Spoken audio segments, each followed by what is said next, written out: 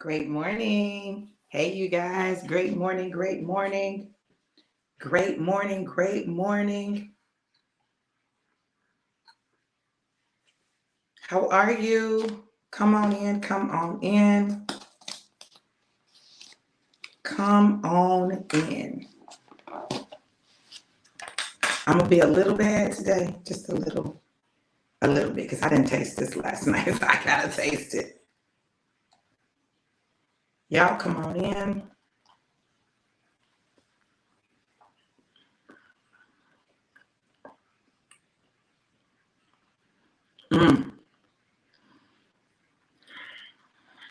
Baby. Oh my goodness. This is so good.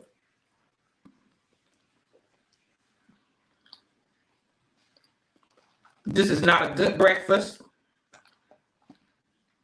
I'm not advocating it.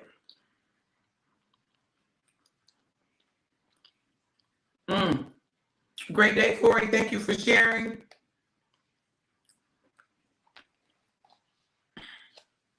But baby, let me tell y'all something. Woke up this morning, and my mind went to work. And so I decided that I was going to treat myself to a little nothing but cake. Blueberry. Let me turn on my do not disturb.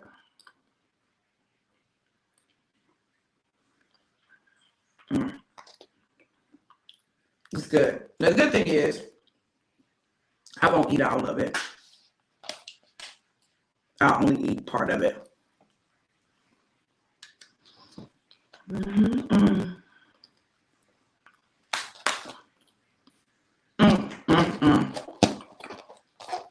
Great morning, great morning. Hey, April. A little nothing but cake. Blueberry bliss. It's a special flavor. It was so good, y'all. God is good. I just needed that this morning, okay?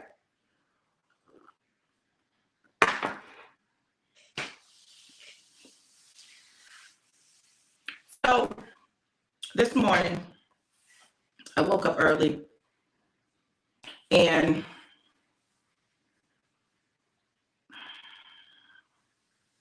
God just was dealing with me about some stuff. And so I want to share some things with you guys.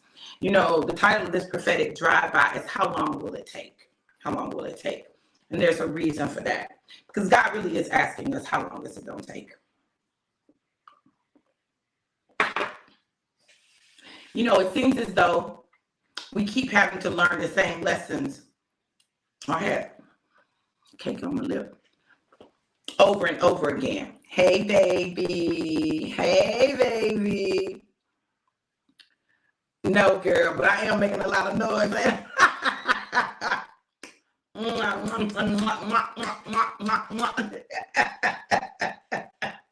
You know what kids say? I eat loud anyway. I'm missing out on money. I could do a mukbang. You know, I just eat loud as I want to. And people pay me to do it just to watch me eat, right?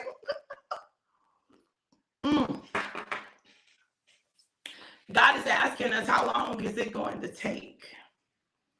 How long will it take for you to, learn this lesson? How long will it take for you to trust me? How long will it take for you to believe? How long is it going to take? You know, I really get Jesus and some of the things that he said to the disciples, because I'm looking at them like, hold up. You were Jesus. You done watched this man perform miracle after miracle.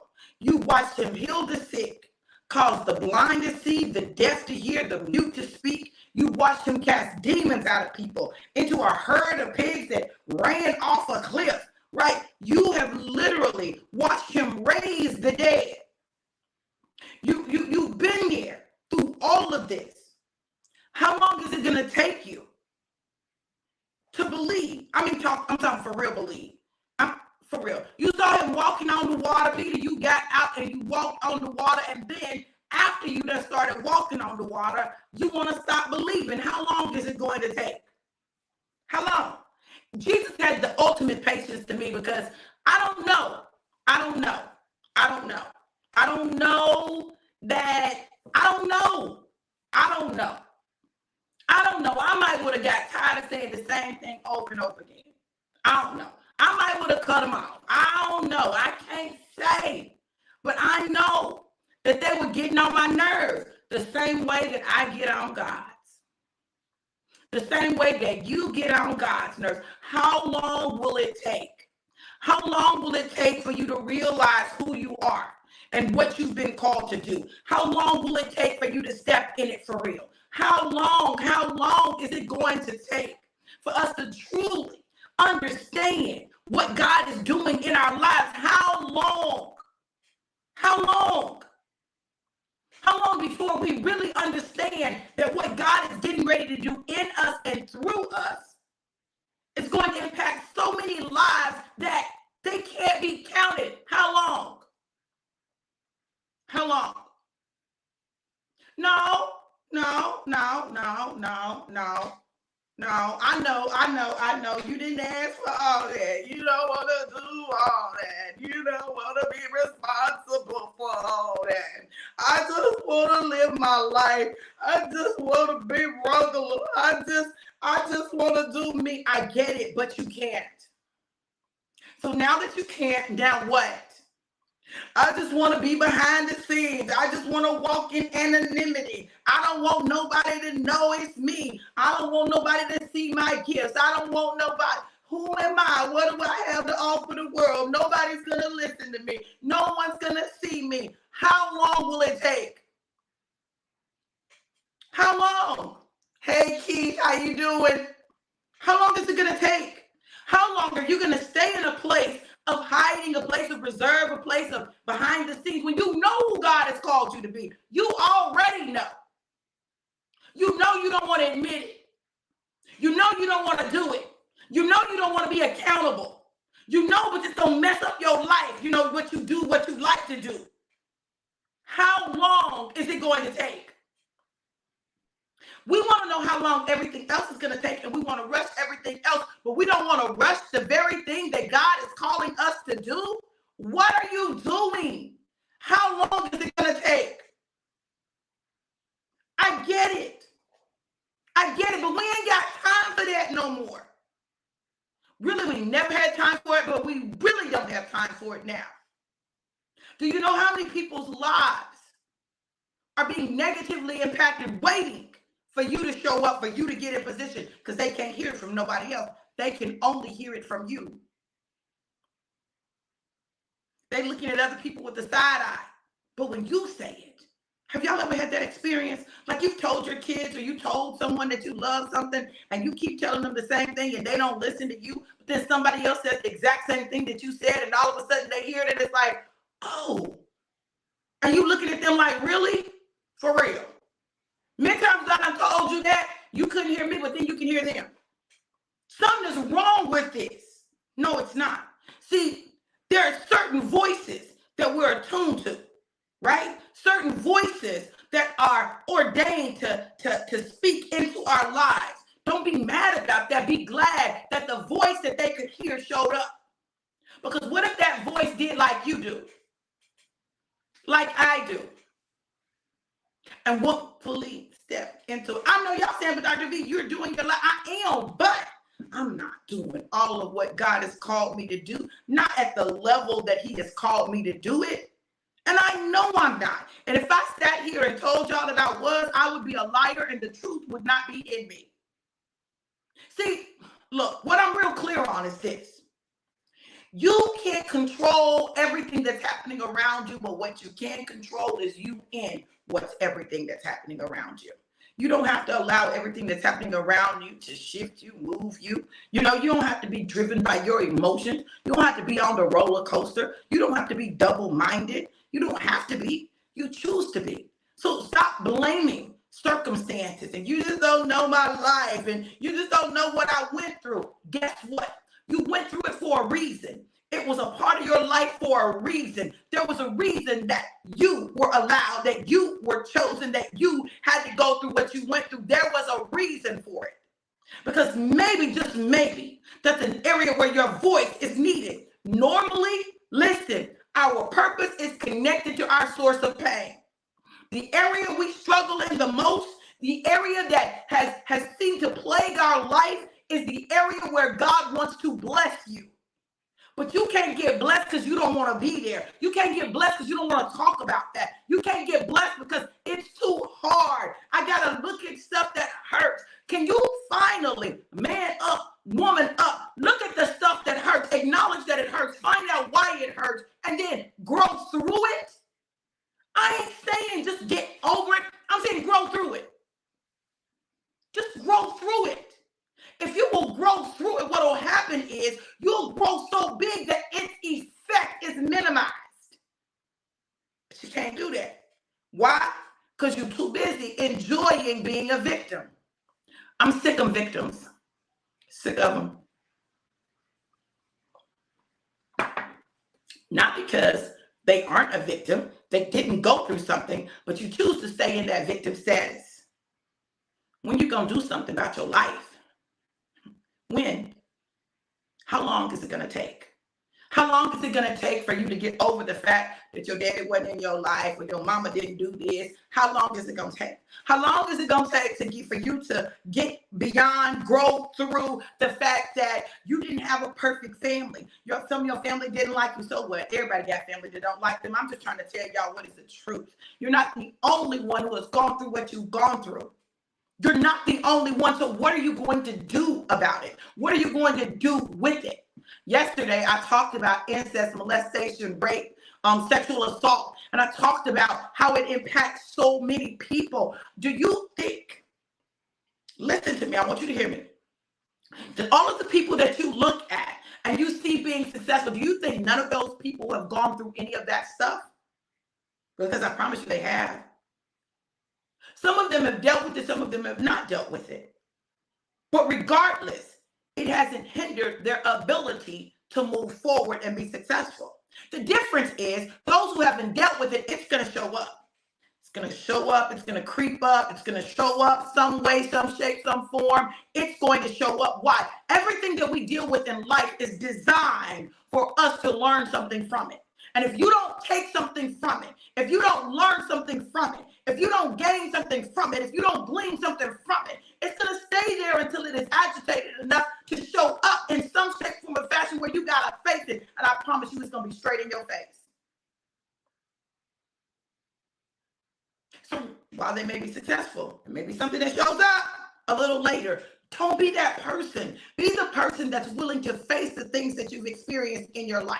Be the person that's willing to look at you. I, by no means, am perfect. I have not got it all figured out. But this one thing I know, baby, forgetting the things that lie behind, I press on toward the mark of the high calling. Oh, yeah. Yes. I was divorced 5 times. Yes. I was married and divorced 5 times. Yes, I was. Yes. And then I was married 2 times. And I'm still married to that man. Listen. Your past has a lesson attached to it. Do you know why I believe that I went through all of that? So I could be a voice to let people know. Just because it didn't work out in the past doesn't mean you can't have love. Doesn't mean you can't have the relationship, the marriage that you desire.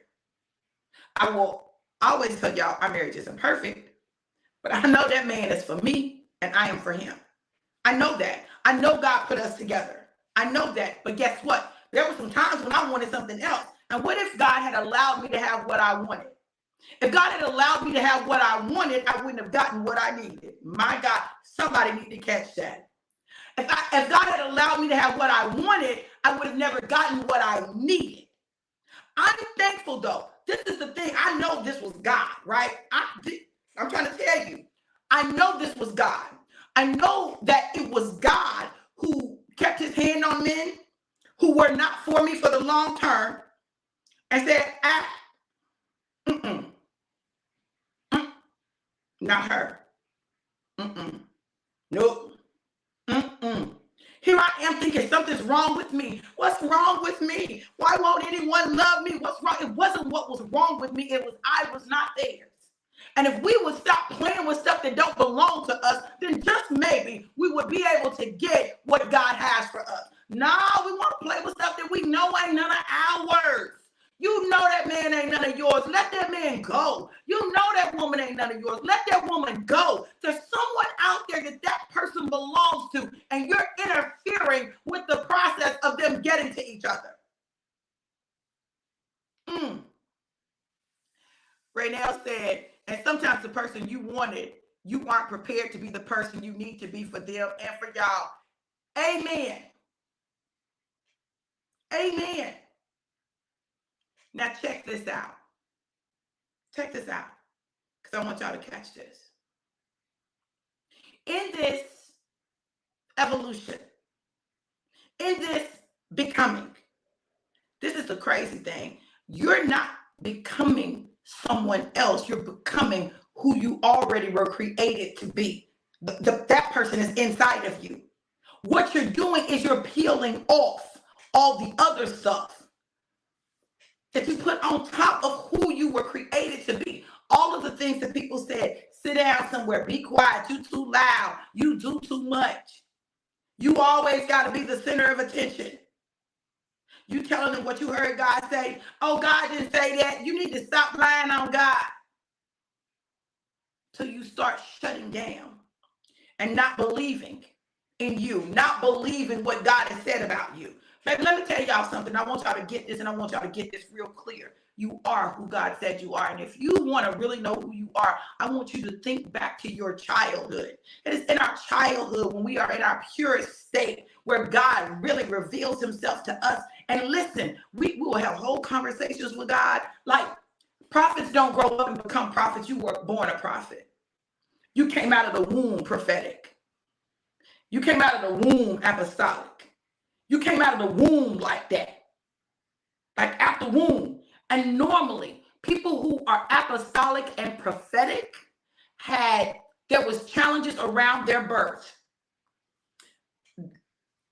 It was an unwanted pregnancy. There were complications. The mother was too old. The mother was too young. Like, there's always something surrounding their birth. A reason why they could have easily not been here. But God. There's always a but God in their story. There's always a but God in their life. And it is the beginning of the pattern of but gods that will always show up in their life. They should have been counted out, but God. They should have died in that car wreck. All their friends did, but God. The car was totaled, but they walked out off with a scratch on their shoulder, but God. You got to understand that but God is not for no reason. So how long is it going to take you? Huh? To finally say, yes, God. Now, I get it. Look, I ain't judging you because I get it. But how long? How long? We want to overcomplicate everything. We want to make things more difficult than it has to be. Listen, just do it. The reason that Nike's slogan is so powerful is because there is an understanding that the number one reason most people are not successful is they never do anything. They won't do anything. They won't open up their mouth. They won't take a risk. They won't step out. They won't do anything because of fear. Fear of failing. Fear of succeeding. Fear. So listen, let me tell y'all something. The quickest way to get to success is see how many times you can fail your way to it. Because it's not really failure as long as you continue to learn something from it. See, we're afraid of failing or looking like we failed or appearing to have failed. Baby, listen, I have failed my way into one of the most amazing marriages I've ever seen. Failed my way right onto it. Divorce, divorce, divorce, divorce, divorce. Bam! Here I am. Here I go. But it took what looked like failure to get to the promise.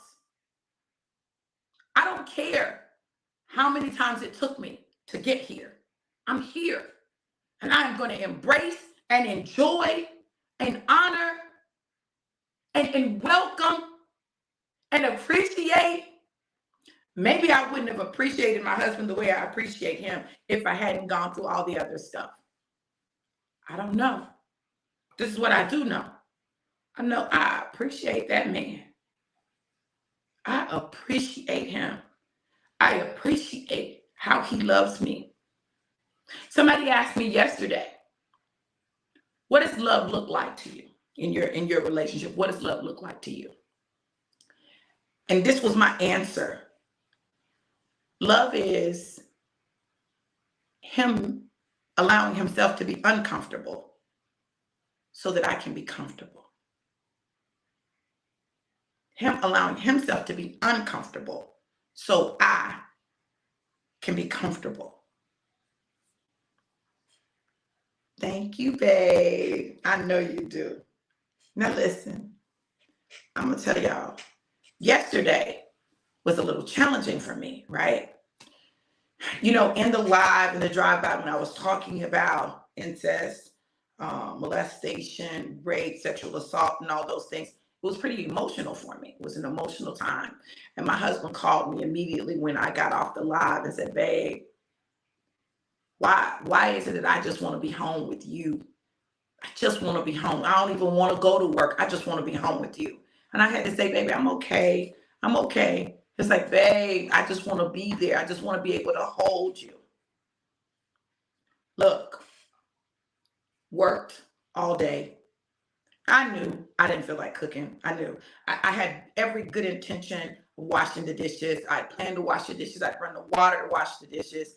You know, I put my silverware in because, you know, I have a way that I like. You put the silverware in, you wash the silverware first, then you wash the cups, then you wash the plates and saucers and bowls. I have a way that I do it when I do it, right? Had all these good intentions. It just wasn't happening for me. There was a weight in the spirit. And so I knew I wasn't going to, I got me some nothing bundt cakes. But really, my husband wanted the red velvet, nothing bundt cake. He likes the confetti. He wanted to try the red velvet. And I knew he wanted to try the blueberry bliss, and I wanted to try the blueberry bliss. So what I did was, I bought some nothing bundt cakes. He's calling me. No, that's probably my daughter.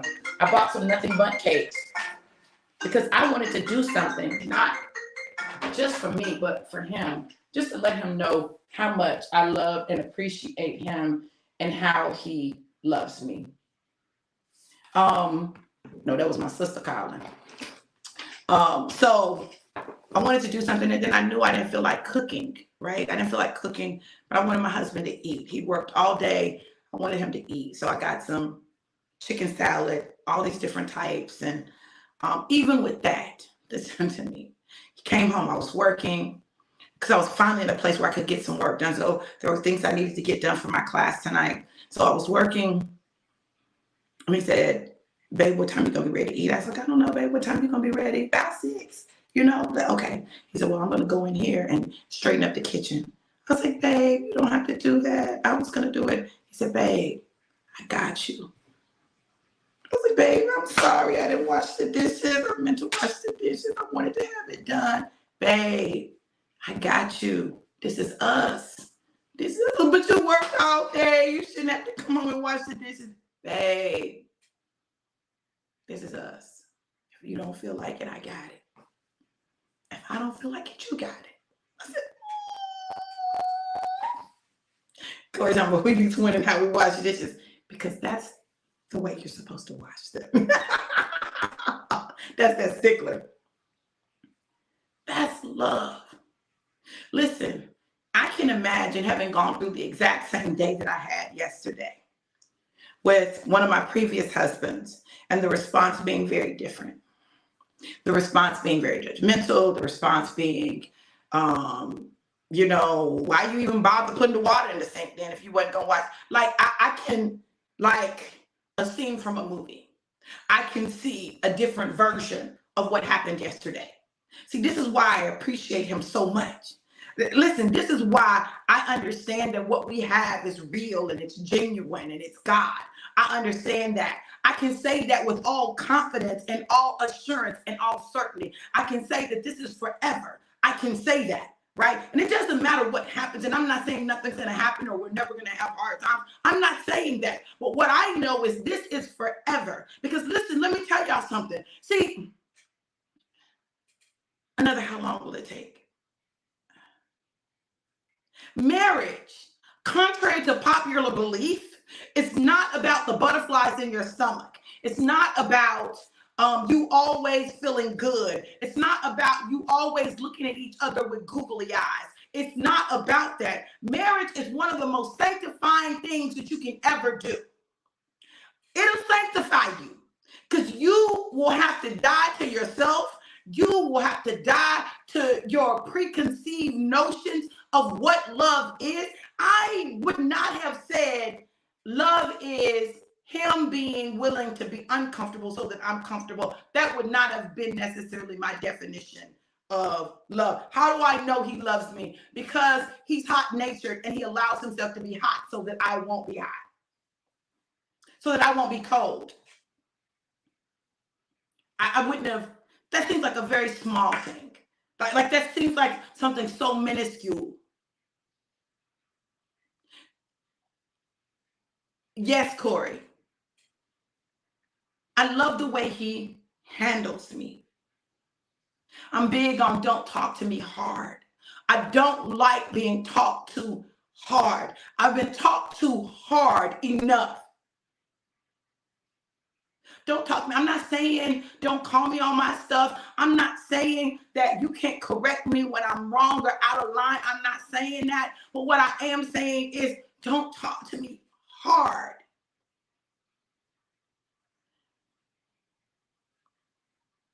Know how to handle me. Know how to say no to me. Know how to stand firm with me without attacking me. And he knows that.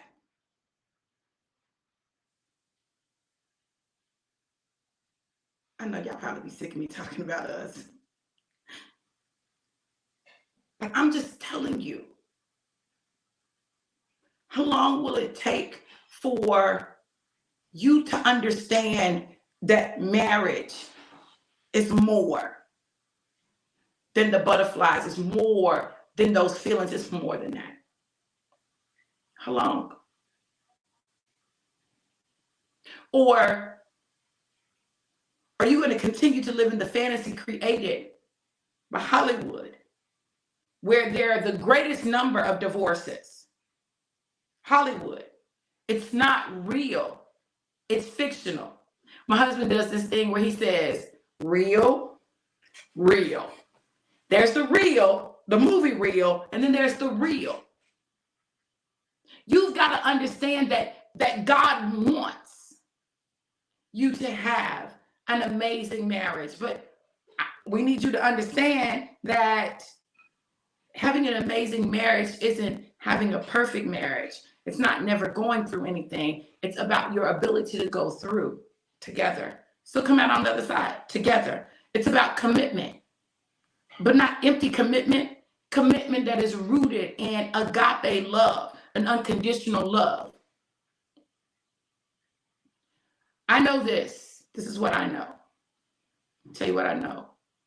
God wants to know how long it's going to take you to get in position. How long is it going to take you to do what he's called you to do? How long is it going to take you? He's curious. How long? You got a number of days, number of months, number of years in mind, but it's going to take you to finally get to the point where you just obey him. How long is it going to take? Or are you ready? Because if you're ready, he's ready for you. If you're ready, he's ready to show you. It's not a secret. He'll show you. He'll show you. He'll show you what it is that he desires from you. If you look in your life enough, you will see a very clear pattern guiding you to the place that God is trying to take you. All my life, this is the funny thing about my life, because looking at my life, people would not think it, right? All my life, I wanted my forever home, my forever job, and my forever husband. That's what I wanted. I wanted to be married one time forever. I wanted to grow old together. I wanted to be in rocking chairs watching our grandchildren. I never wanted to be divorced. When I got my first tenure track job, I wanted to become a full professor there, wanted to become a department chair, go into administration. I wanted to be at one institution. It didn't happen. I wanted my forever home. I wanted to live in one place. Like, I wanted to be rooted in a geographical location. Once, it didn't happen. But it couldn't happen because that was not what God had for me.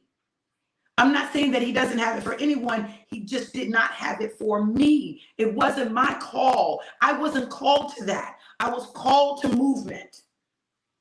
He needed me to impact more people than just the people in one little location for the rest of my life. No, he needed to move me around.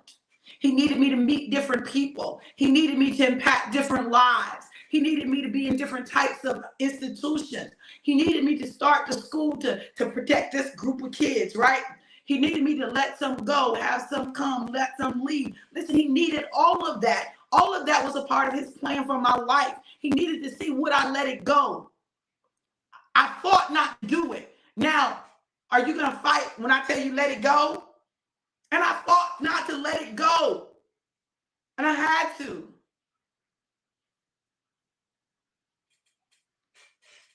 He wanted to make sure you were ready. Absolutely, baby. And every experience of my life was designed to prepare me for where I am right now. So don't be surprised. Don't be surprised when I show up differently. Don't be surprised when we're on the go. Don't be surprised when you see things happening, because it's a lot of stuff that's getting ready to happen. A lot of things that are getting ready to be unleashed. Don't be surprised. It's coming. Because guess what? We'll have no more time for that. It's time to move forward. It's time to do what God has called us to do. And it's time to do it boldly. I pray that today you've heard something that blessed you, that you got something that encouraged you. And now you're ready to move forward boldly, authentically, confidently in what God has called you to. Don't miss it, because he's taking you someplace. Look, I love you guys to life, and life more abundant. Have an amazing, incredible, and epic day. I know I am. Be blessed. Mwah.